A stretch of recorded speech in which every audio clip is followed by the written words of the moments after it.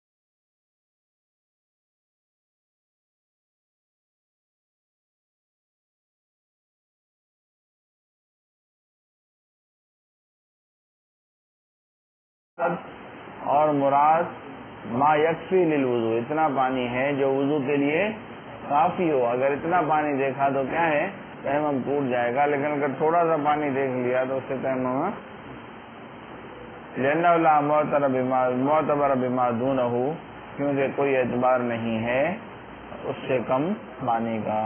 آئی بات سمجھ میں؟